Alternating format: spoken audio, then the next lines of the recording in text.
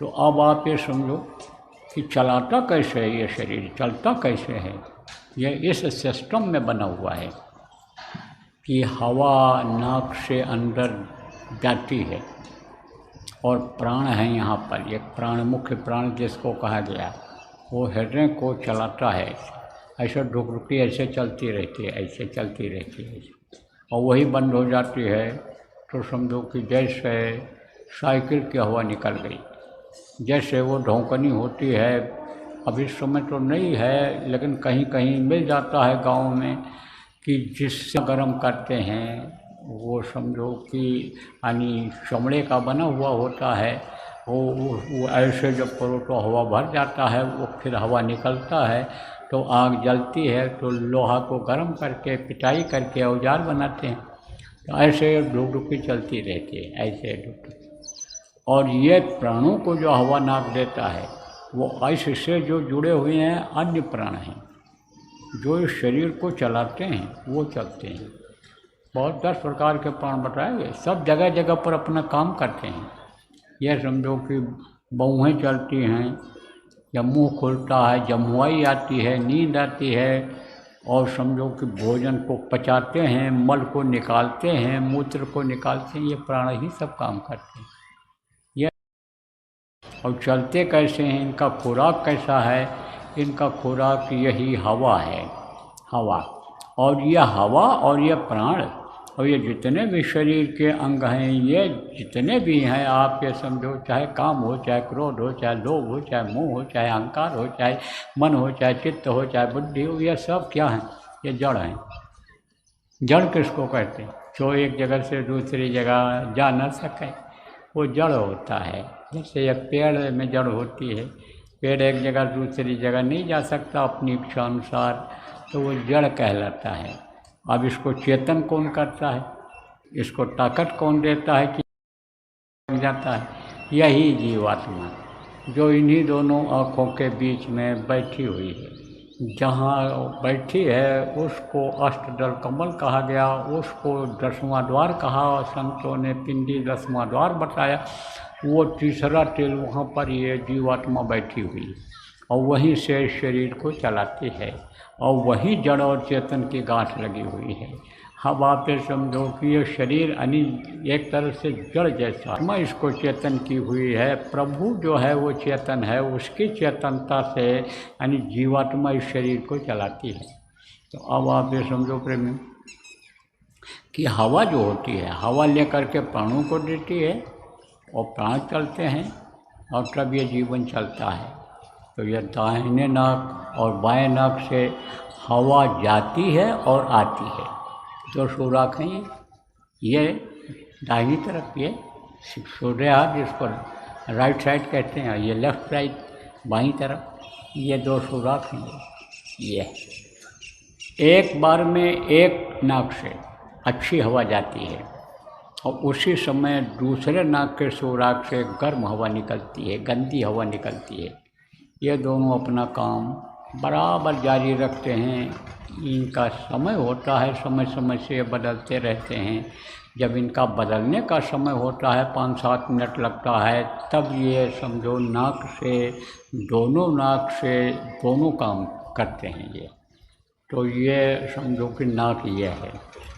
अब इस नाक से खुशबू और बदबू इस दुनिया की मिलती है, और अंदर में जो नाक है, आप पे समझो 2 आँख बाहर और ये 1 आँख अंदर, जीवात्मा की आँख कहलाती है वो, उसी को दिव्य दृष्टि कहा गया है। और समझो कि ये बाहर 2 कान, 1 कान अंदर जीवात्मा में है, उसको दिव्य कान कहा गया। ऐसे ही 1 नाक अंदर में और ये 2 नाक ये बाहर है। इससे खुशबू और बदबू दोनों मिलती है, और जीवात्मा के नाक से केवल खुशबू ही खुशबू मिलती है। क्यों? क्योंकि वो ऊपरी लोक में खुशबू ही खुशबू है, वहाँ तो गंदगी नाम की चीज़ ही नहीं। और गंदगी वहीं रहती है कि जहाँ कोई चीज़ सड़ती गलती है, घुलती है, तो वहाँ ये चीज़ें हैं ही नहीं। वहाँ की नगरी परमत सुंदर, साईं की नगरी परमत सुंदर, परम सुंदर हैं। वो सारे के लोग सुंदर हैं यहाँ से, सारे के लोग सुखदाई हैं यहाँ से। स्वर्ग वैकुंठ भी सुखदायी है, इसीलिए वहाँ तक जीवात्मा पहुँच जाती है, तो आगे जाने का नाम लेती है। वो तो गुरु न साथ रहें तो जीव जा ही न पाओ। समर्थ गुरु रहते हैं, उनका निशाना ये रहता है, हम आए हुए देश से जहाँ तुम्हारो धाम, तुमको घर पहुँचाओ ना एक हमारो काम। उनको तो घर पहुँचाने को जीव को रहता है, जिसको वो पकड़ते हैं नामदान देते हैं उनको तो पहुँचाना रहता है। तब वो इशारा कर देते हैं, जैसे ऐसा धमक मार दो, जैसे खखाड़ दो, तो उससे यानी आवाज़ से दूसरा आदमी सुन करके होशियार हो जाता है। जैसे बच्चा है, अब मान लो खिलौना रखा है घर में सजावट के लिए रख दिया आपने, और लड़का ले जाएगा उठाने के लिए, और उठाएगा तो उसकी कीमत समझेगा। वो तो जब तक इच्छा होगी देखेगा नहीं, पटक देगा, टूट जाएगा। तो बोलो ना कुछ, ऐसे अगर दहाड़ दो, ऐसे अगर धमकी मार दो, ऐसे तो ध्यान बढ़ जाएगा उसका। और फिर इशारा कर दोगे ऐसे तो नहीं छुएगा। ऐसे ही गुरु इशारा कर देते हैं, बोलते नहीं। अरे कभी कभी कह भी देते हैं, तुम यहाँ कहाँ फंस रहे हो, आगे चलो, यात्रा लंबी है, आगे बढ़ जाओ। तो जब गुरु साथ रहते हैं, समर्थ गुरु मिल जाते हैं, तो यहाँ भी साथ देते हैं और वहाँ भी साथ देते हैं।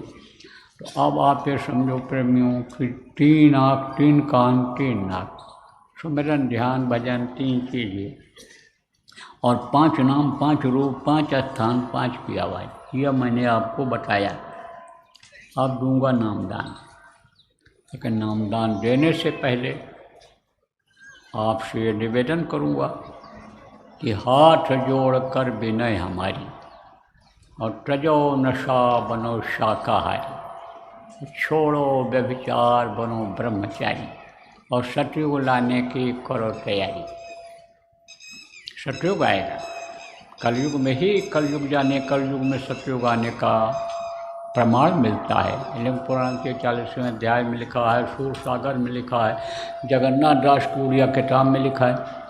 लेकिन आपको याद दिला दें कि जब एक युग जाता है बहुत मरते हैं, दूसरा युग आने का होता है, तो उससे बचना है और बचाना है। तो उसमें वही लोग रहेंगे कि जो शाकाहारी होंगे, किसमें, सतयुग में, नशा मुक्त होंगे, जो व्यभिचारी नहीं होंगे, चरित्रवान होंगे, वही सतयुग को देखेंगे, वही सतयुग में रहेंगे। तो सतयुग के काबिल बन जाओ, इससे बन जाओगे। जब आज संकल्प बना लोगे कि अभी तक जो भी खाया पिया, अभी तक जो भी हमने गलत काम किया, उसको हम यहीं छोड़ जा रहे हैं, संकल्प बना लोगे। जैसे शिव जी ने संकल्प बनाया, सती भेंट अब यही तन नहीं, शिव संकल्प कीन मन माही, ऐसे ही जब मन से संकल्प बना लोगे तो छूट जाएगा। तो किसी भी पशु और पक्षी का मांस मत खाना, मछली मत खाना। जब से ये चीज़ें खाने लगे लोग, अंडा जब से खाने लग गए, बीमारियां देखो बहुत बढ़ गई, और लड़ाई झगड़ा और ये खून कतल और ये अपराध भ्रष्टाचार, इन्हीं 3 चीज़ों से, 2 चीज़ों के इस्तेमाल से आप ये समझो कि बढ़ा है। क्या? मांस खाए और शराब पिए, नशे में जब आए, नशीली गोली खा लिया, नशे वाली चीज़ खा लिया, तब पहचान कोई रह जाती है किसी की? कुछ नहीं। कत्ल कर डाले, माँ बहन से व्यभिचार कर डाले, बुआ बहन से, चाची से व्यभिचार कर डाले, लड़की से व्यभिचार कर डाले, उसको तो धुन सवार होता है कि बच्चा पैदा करने का काम करना चाहिए। तो समझो आप प्रेमियों ये बढ़ गया, और जिससे ये मानव मंदिर या गंदा हो जाता मनुष्य शरीर, तब प्रभु का दर्शन जल्दी नहीं होता है। इसलिए इसकी अंतरात्मा की सफाई होना जरूरी है।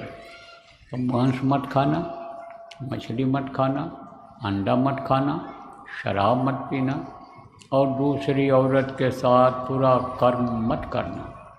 बच्चियों, दूसरे पुरुष के साथ पूरा कर्म मत करना, और आप लोग भी शाकाहारी सदाचारी रहना।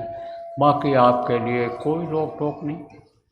जो भी काम आप करते हो, बिजनेस व्यापार नौकरी करते हो, खेती करते हो, मजदूरी करते हो, पढ़ते हो, जो भी काम करते हो उसको आप करो मेहनत और ईमानदारी से। मेहनत और ईमानदारी से करोगे तो उसमें बरकत हो जाएगी। इसलिए उस सारे काम को करो। घर बनाना है बना लो, लड़का लड़की का शादी करना है देख करके कि हमारे लायक लड़का है, हमारी लड़की यानी इनकी लड़की हमारे लड़के लायक है, शादी कर लो। लेकिन कमाने लगे तब करो। खाली मत बैठो बच्चों को खाली मत बैठाओ, पढ़ लिख लें तो नौकरी काम में लगा दो। कोई भी बिजनेस व्यापार है सीख करके करोगे, अकेले करोगे तो फ़ायदा होगा उसमें, नहीं तो नुकसान भी हो जाता है। तो ये सब बातें जो भी जैसी हैं सब आपको करना है। ज़रूरी काम के लिए पूछने की अब किसी से हम लोगों से ज़रूरत नहीं है, आप सब करो। लेकिन ये जो भी काम करो अपने शरीर के लिए, बच्चों के लिए, समाज देश के लिए, जो भी काम करते हो, जनहित का काम करते हो, उसमें समय दो 21 घंटा 24 घंटे में से, और 3 घंटा भजन में समय निकालो, ध्यान में निकालो, सुमिरन में निकालो, प्रार्थना बोलो। सुबह बताया था प्रार्थना, सुमिरन, ध्यान और भजन ये अहम चीज़ है। आप ये समझो कल सुबह के सत्संग में विस्तार में इन चीज़ों को अगर समय रहा, मौज हो गई गुरु महाराज की, तो समझा दिया जाएगा, आपको सुना दिया जाएगा। तो अब आप ये समझो कि यानी कोई चीज़ छोड़ना नहीं है।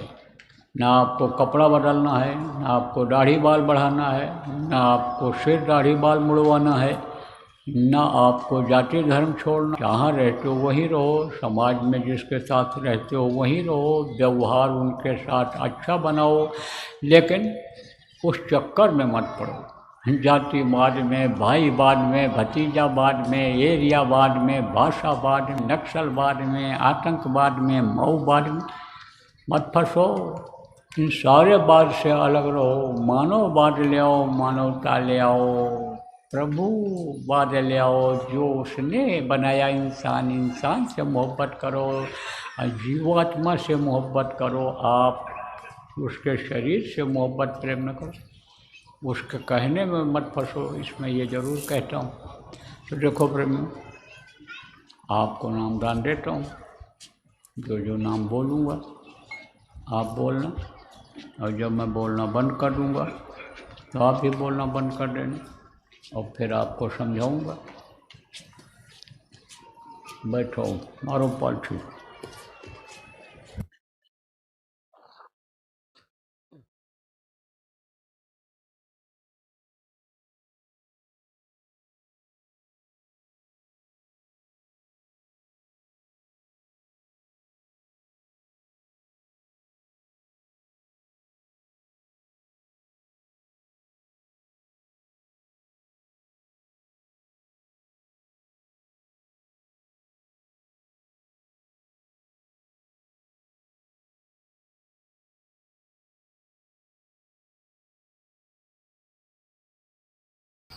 आँख और कान खोल दो, आँख और कान खोल लीजिए। इसको कहते हैं भजन।